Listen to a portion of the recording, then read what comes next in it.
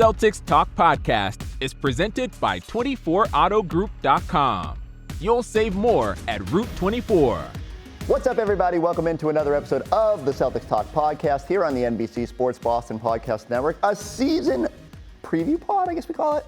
Yeah. Even though we've been pre-seasoning pod, but now, Eddie, it is time to look ahead. Real games are on the horizon. I'll just start general. How are you feeling about the season?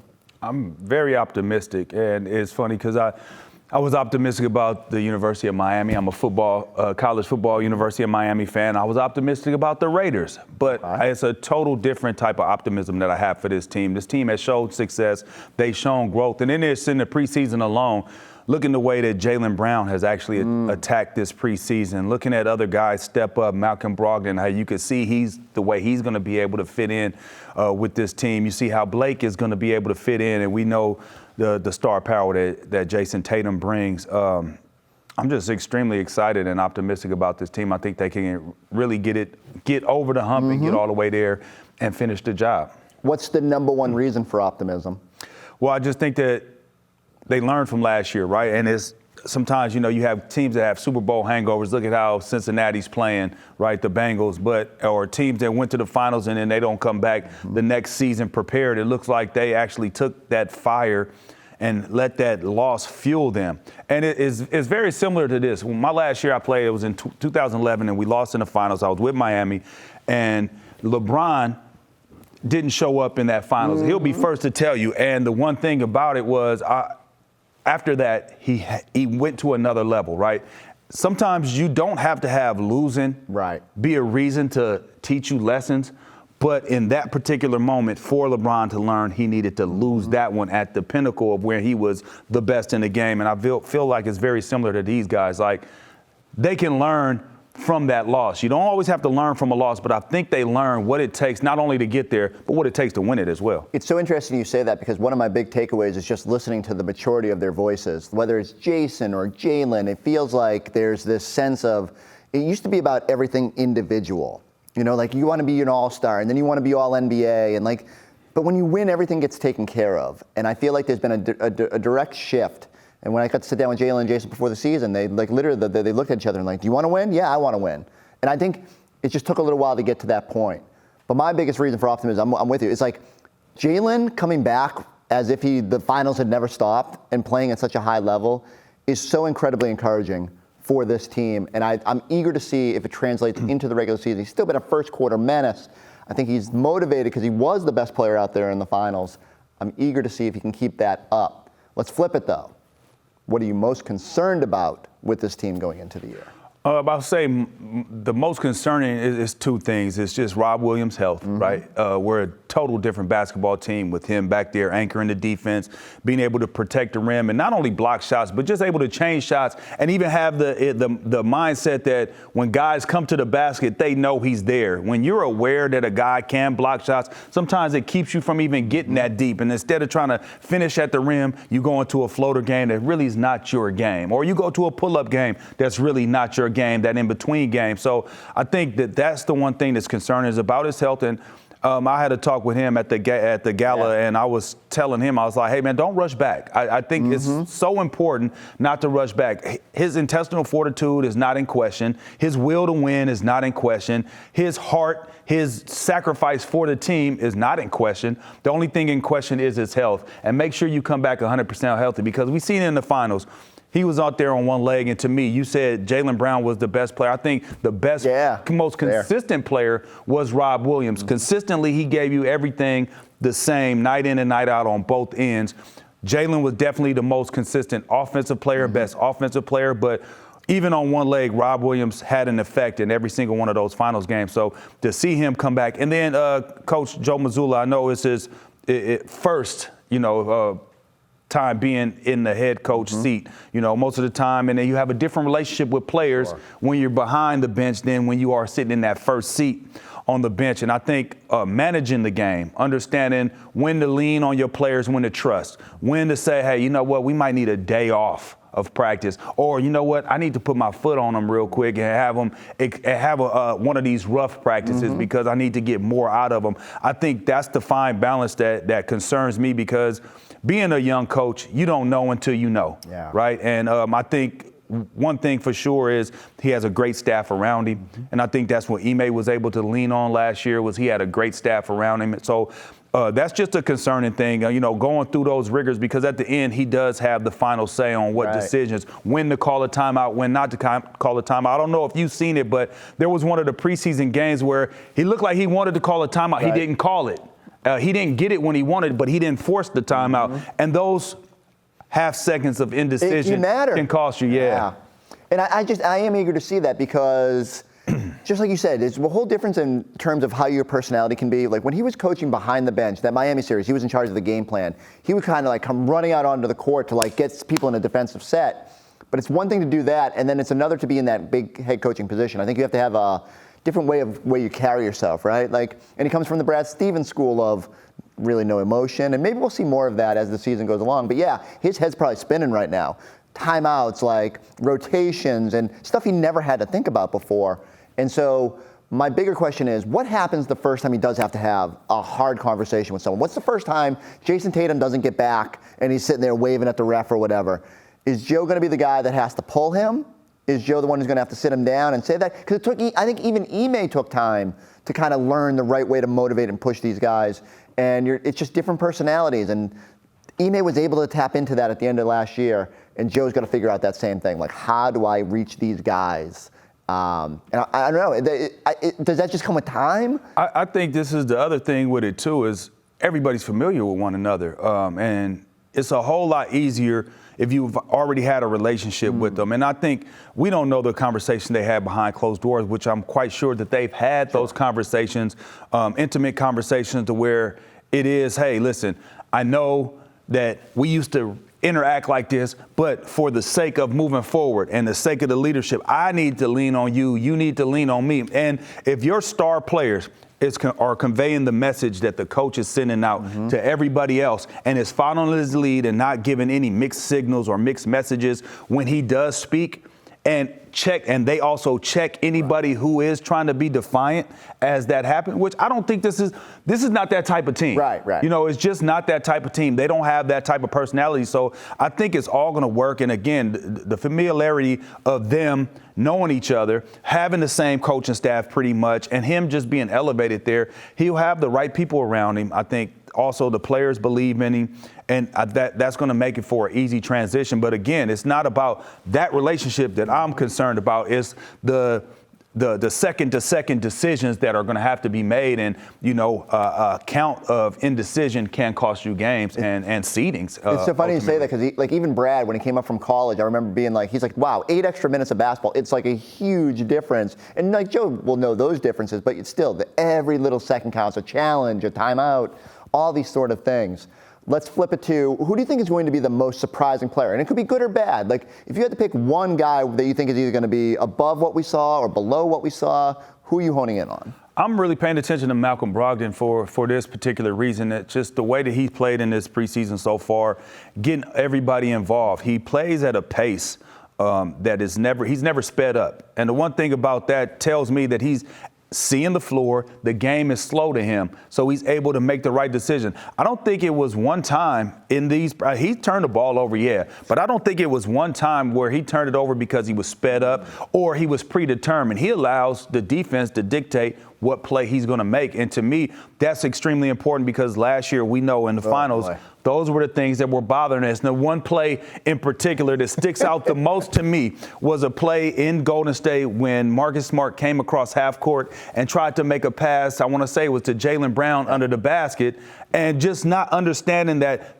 is a home run play. That's either it's going to hit or it's going to miss. Right. And what you need to do is we still see that mismatch that's happening there. Let's make sure we can get and exploit that mismatch and not try to force it. And I think that's what Malcolm brings. I think he brings that, and he has a chip on his shoulder. And also Blake. I think Blake has a chip on his shoulder, showing that he can still play. To me, when I look at this team, the other thing that makes me so optimistic about it, I believe that everybody has a chip on their shoulder. I mean, us in the media, we have a chip on our shoulder about last year. I think we want to win so bad. We want to win with them. They, from top to bottom, top of the organization, ownership, all the way down to the guys that are the ball boys, everybody feels like there's something to prove that they could be better.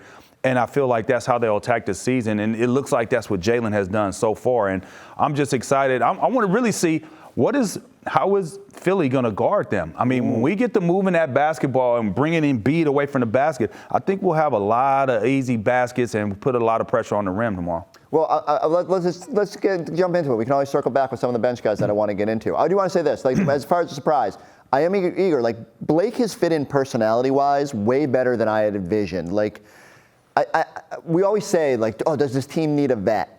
And I'm always like, I don't know. But you tell me, like, do young teams just need that presence? Because it feels like Blake has come in and very quickly, I see, like, Tatum gravitating towards him. Even guys like Peyton Pritchard. Just everybody seems to want a little piece of Blake. And some of that is personality-based. But I think there's just like a respect factor. Do good teams need that veteran presence? Well, if it's the right veteran. Yeah. If it's the right veteran with the right mindset. Because you could get a guy that comes in who's a vet and has a different mindset than, hey, I'm just trying to get in and fit in where I can and help this team, as opposed to one guy coming in saying, man, I'm trying to take his minutes. I'm competing for these minutes when everything is pretty much set for this team.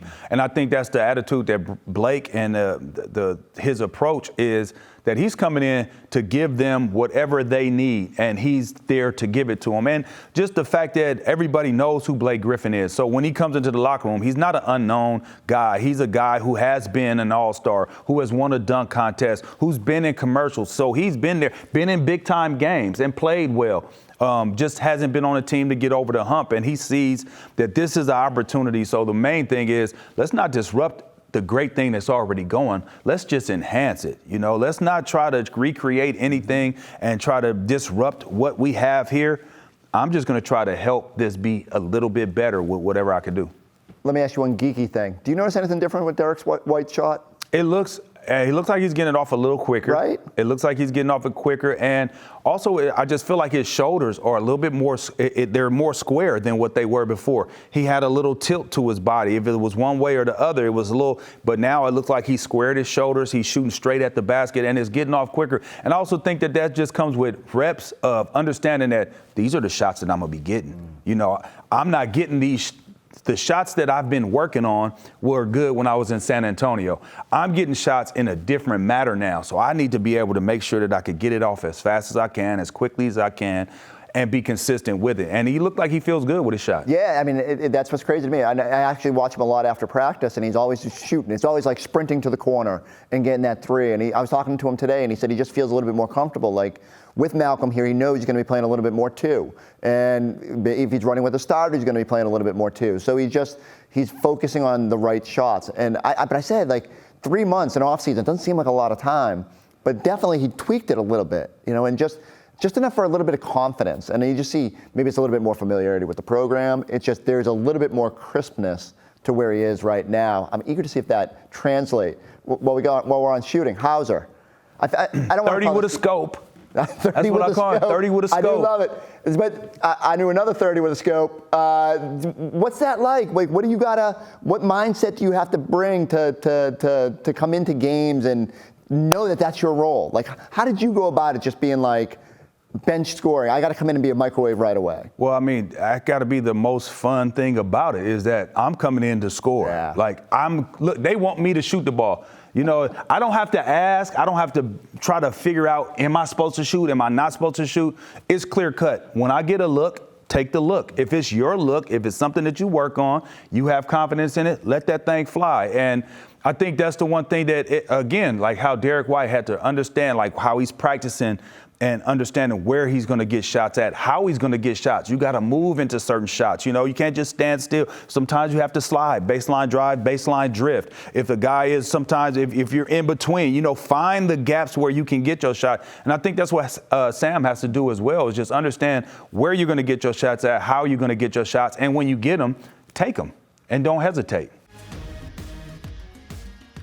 Kick off fall with game-winning deals at Route 9 Nissan. Lease a new Rogue Sport for $289 a month. That's right, just $289 a month. Score your game-winning deal now and visit today or online anytime at route9nissanauto.com. We're kicking off fall with big savings at State Line Subaru. Like a new Subaru Crosstrek. Drive home for just $299 a month. That's right, only $299. Score big savings today. State Line Subaru, a driver's best friend. I'm eager. That's the word I keep going back to with this team. Like, I feel like roles are defined. There's, like, obviously with injury, there's opportunity, but I'm just eager to see how all the pieces mix together. You brought it up. Philly. My mind immediately goes to, well, how in the world do you defend Joel Embiid when you don't have a whole lot of size?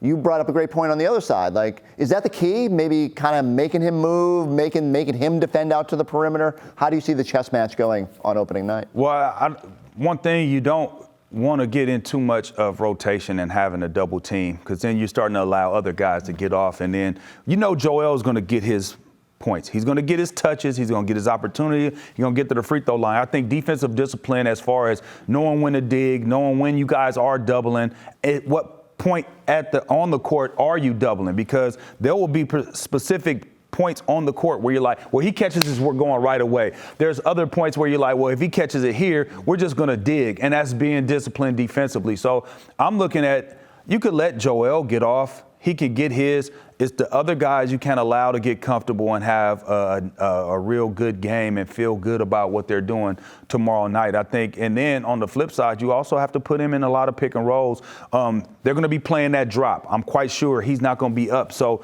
the higher you can run that pick and roll, the more you can get downhill and kind of attack him and put him on his heels. You don't want him attacking you with his size. You want him kind of backing up and you dictating what you want to do to him. So I think that if we are playing the way that we know how to play, how we have so far this preseason with spacing, right? Great spacing, ball movement, and the ball doesn't really stick, I think we'll have a great time on offense. It's just on the defensive glass, we got to close the possession out with that rebound. I didn't know how good they would be offensively. That's why that first game against Charlotte surprised me, because I thought, again, you're missing a starter in Rob, but you were able to kind of plug that with Derek White for most of the preseason. And how would it work in terms of, they were sloppy at times and they kicked it around a little bit, but man, when it was working, that thing was flowing, and I didn't know that they had that potential. We all know how good they can be defensively.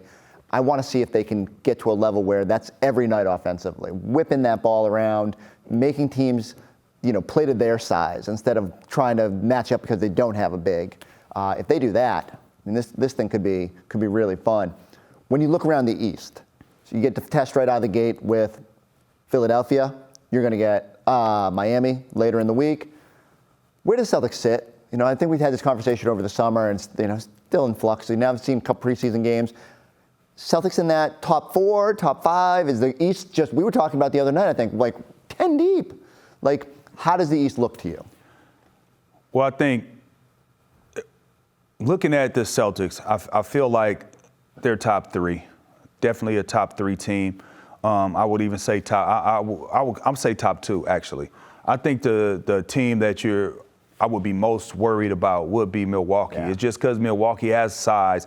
They bang you. And right now, early on, it looks like one of our concerns already is rebounding the basketball, giving up second chance opportunities and offensive rebounds. And we know that that's one of the strengths of the Milwaukee Bucks with their size. So that's concerning, but I feel like they can compete with anybody. They definitely can beat Milwaukee. They did it last year. I don't know, Milwaukee wasn't at full strength, but I look at the East and I say that probably top 2 teams is Milwaukee and Boston. And then from there, you got Miami, because they're always going to be tough. Every year. Yeah, every year. They're going to be tough. You look at their roster and you're like, there's no way that they're going to be there. But then you got guys like Max Strus that steps up and plays particularly well, and plays great basketball. Losing P.J. Tucker is going to be tough, but that's an addition for Philadelphia. So Philadelphia will be there. I'll also look at a team like Brooklyn. If Ben Simmons can just be Ben Simmons and not listen to, I have to shoot threes, because he doesn't have to do that. You got guys that can shoot. They're going to take 25-plus shots every single game. So as long as you're getting stuff by the rim, you don't have to become a three-point shooter. You could be a facilitator if he can defend. I think they'll be tough. the most interesting team in the East. Because we were talking about this the other night. We're both fascinated. Is Cleveland. Yes. Is Cleveland.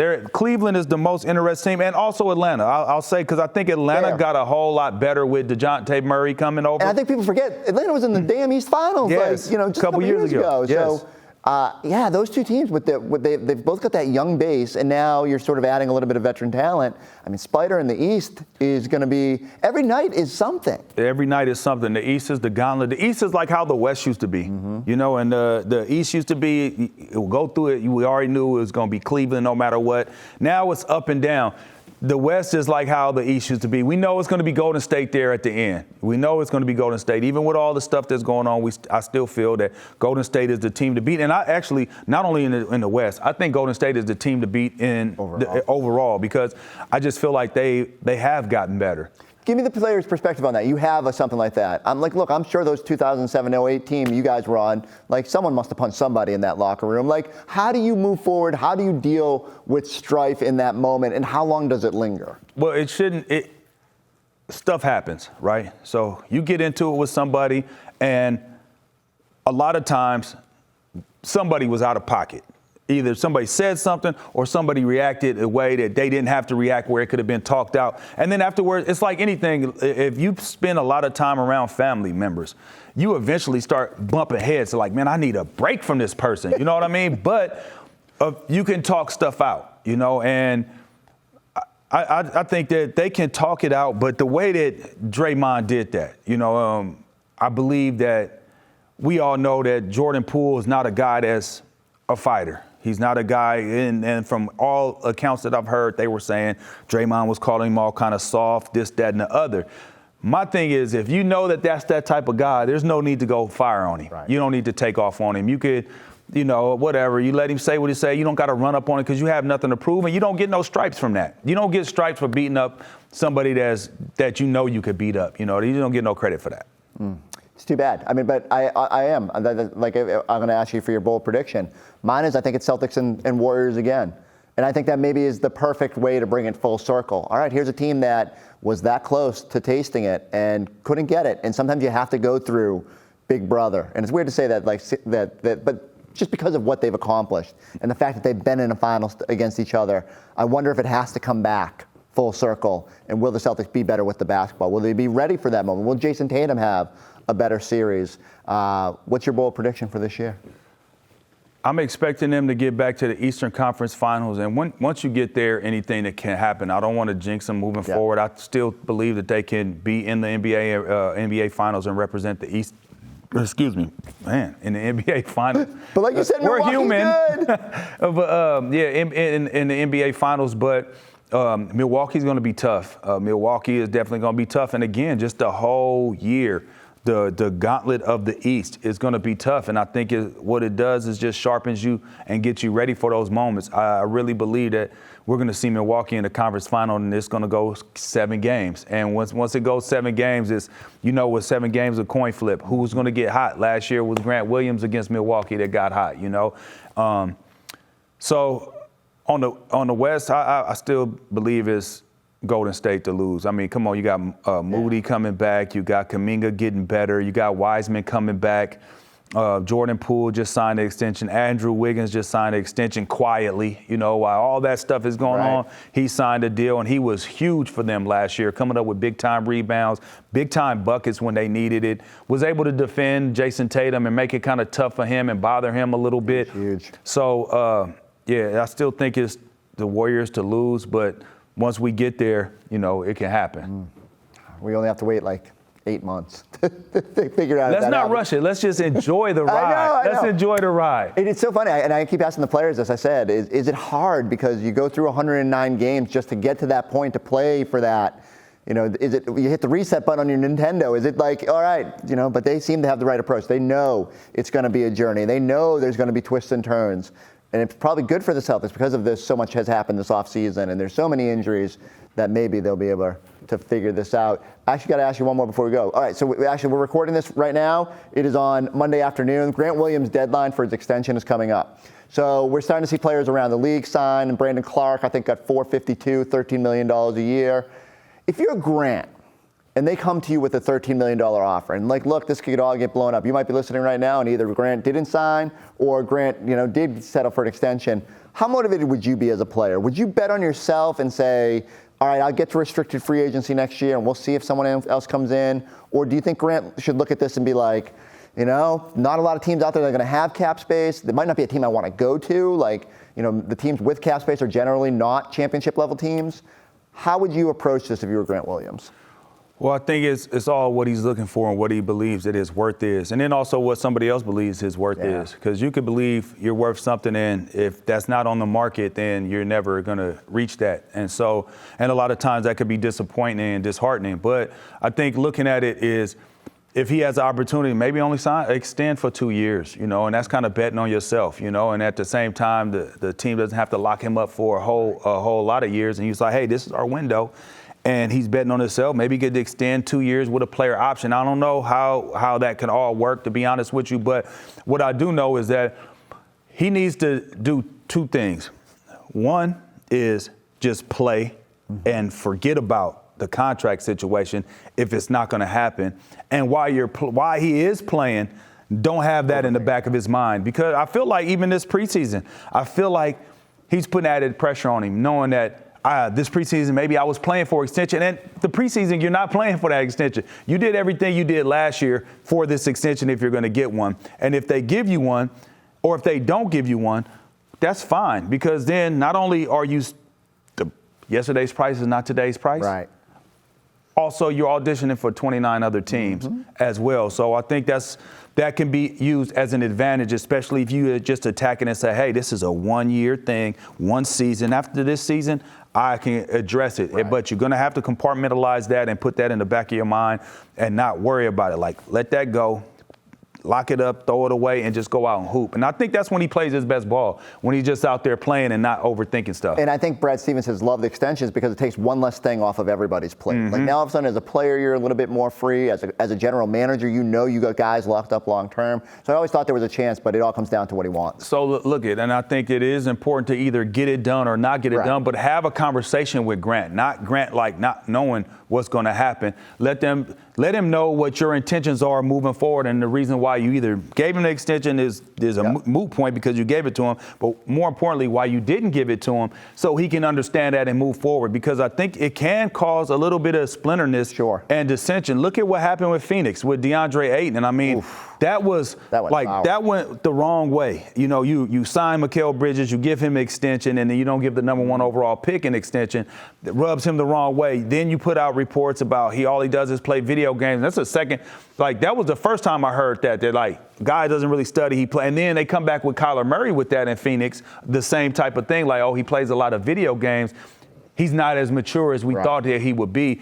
And to me, those are direct attacks to a person and his profession. And from there, those things can't be walked back. And so you're coming into a work environment where you feel is hostile.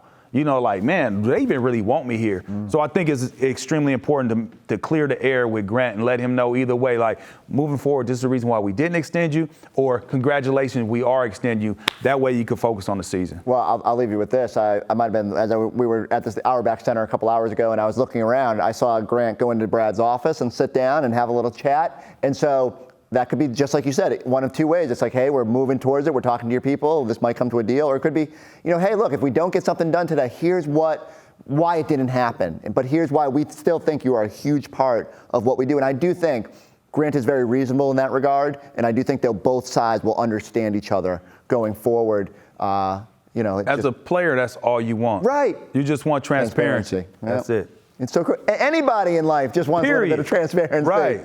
All right, well, before you start watching Celtics Sixers, I'm going to leave you with our sit-down with Jaylen and Jayson from Media Day. Get you super hyped for the upcoming season. Go like, subscribe, and check us out on the YouTube page. We'll catch you next time on the Celtics Talk Podcast.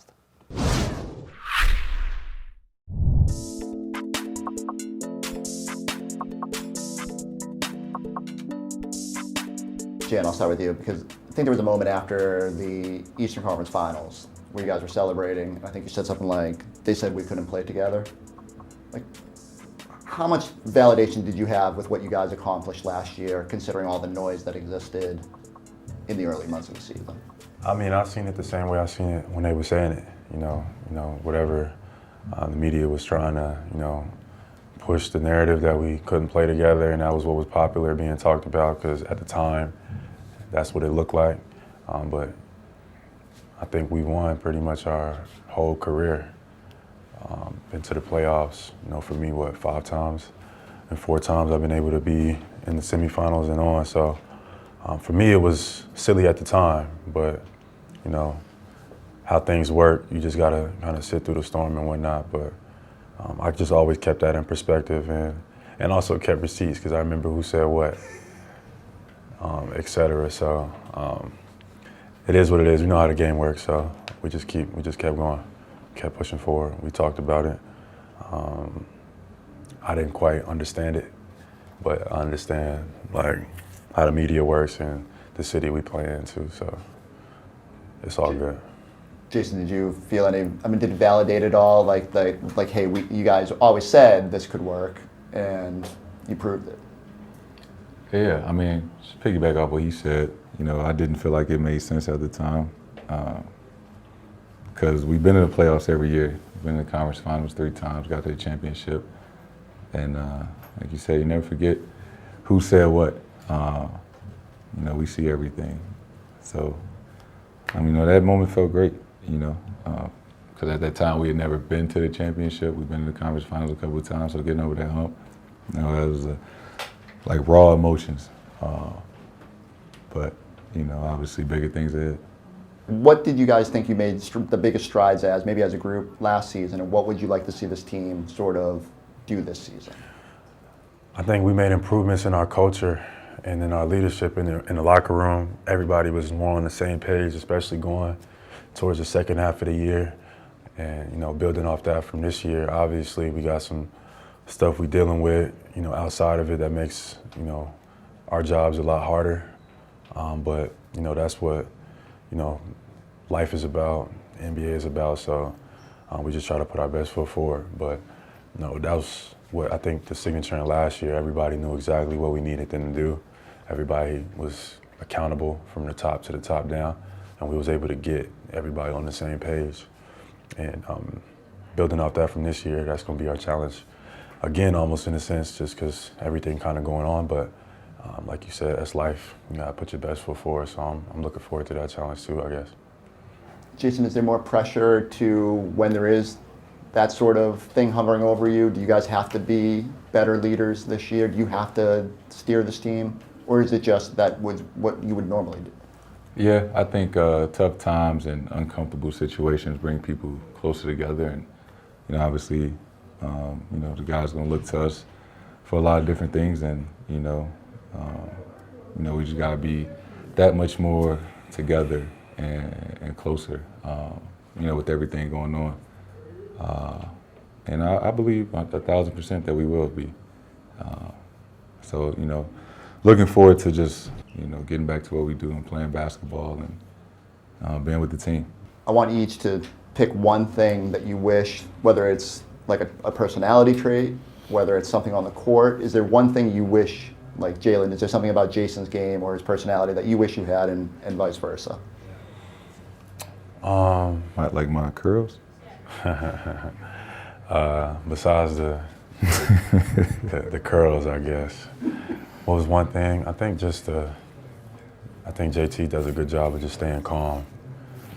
No matter if it seemed like everybody could be, yelling and screaming or passionate, and JT got that ability where it's just like he just in his own vibe, you know what I mean? He's able to keep himself not too high or not too low, And at times where, it could be frustration or, you want him to say something or speak out, he don't say nothing. He just cool, you know what I mean? He let everything kind of work itself out. That's one thing that I think that I could, just benefit from in a sense. But at the same time, I'm gonna need him to speak more and talk more and be more vocal if we don't correct the ship and get this thing off to the right start. I think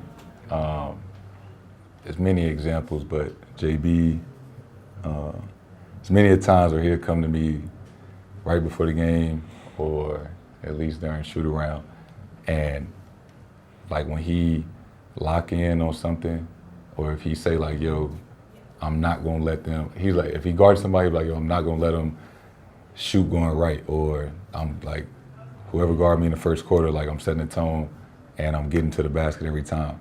And like the ability to like think about something, say it, and then like go do it.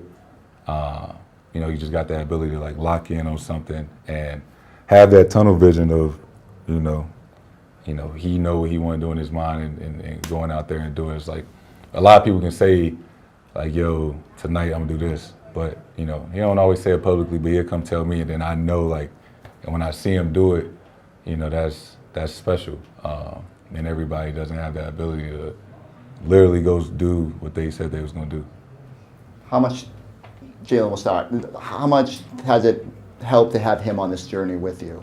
You know, just how much, and how much validation would that bring, or how much sweeter would that make it if you guys are to get to a championship level? I mean, it's been great. I mean, we've said it before. I think that, you know, us being here and being drafted by the Boston Celtics at the same time, back-to-back years, as I think it's pushed each other in our career, just like competitively, like indirectly and directly, has made me better, because I wanted to continue to make jumps as he was continuing to make jumps, and that just ultimately just drives you to greatness, right? So I think it's been huge, if you ask me. Now, as we're trying to win and we're trying to build, I think just being on the same page is the most important thing, you know? Because now if the more we work together, the harder it's going to be to stop. So that's something that we, you know, started to develop and work on in the last, you know, 12 to 18 months. And I think that we still got a lot of room to grow in those areas. But I mean, that's the key to winning games. You know, at the end of the day, individually we can be whatever in this league. I believe that, but you know, me, I want to win. You want to win? Yeah. Yeah, he want to win too, so that's what it comes down to. I mean, yeah, similar, same answer. I think, you know, him being a year older than me and kind of being the young guys going through this, and, you know, always, you know, pushing each other, having somebody that is as competitive, as ambitious as me, and relative the same age, has been helpful. And then I think kind of putting it all together of like, you know, helping him out, helping me out, helping each other out so that we can be the best for the team and that we can ultimately, like you said, win. Individually, we can do it all. We can accomplish whatever we want to, but, you know, getting to that championship and losing was the worst feeling ever. And you realize that, you know, nothing else matters. All the individual stuff, I would trade all that in to win a championship. And I believe that we're going to do it. Look no further than the award-winning 24 Auto Group. With over 2,600 vehicles in stock, the brands you love, backed by the savings and service you can count on. Visit today or shop online at 24autogroup.com. We're kicking off fall with big savings at State Line Chrysler Jeep Dodge Ram. Lease a new Ram 1500 for $369 a month during Ram Power Days. Hurry in, and you'll be saying, I got mine at State Line.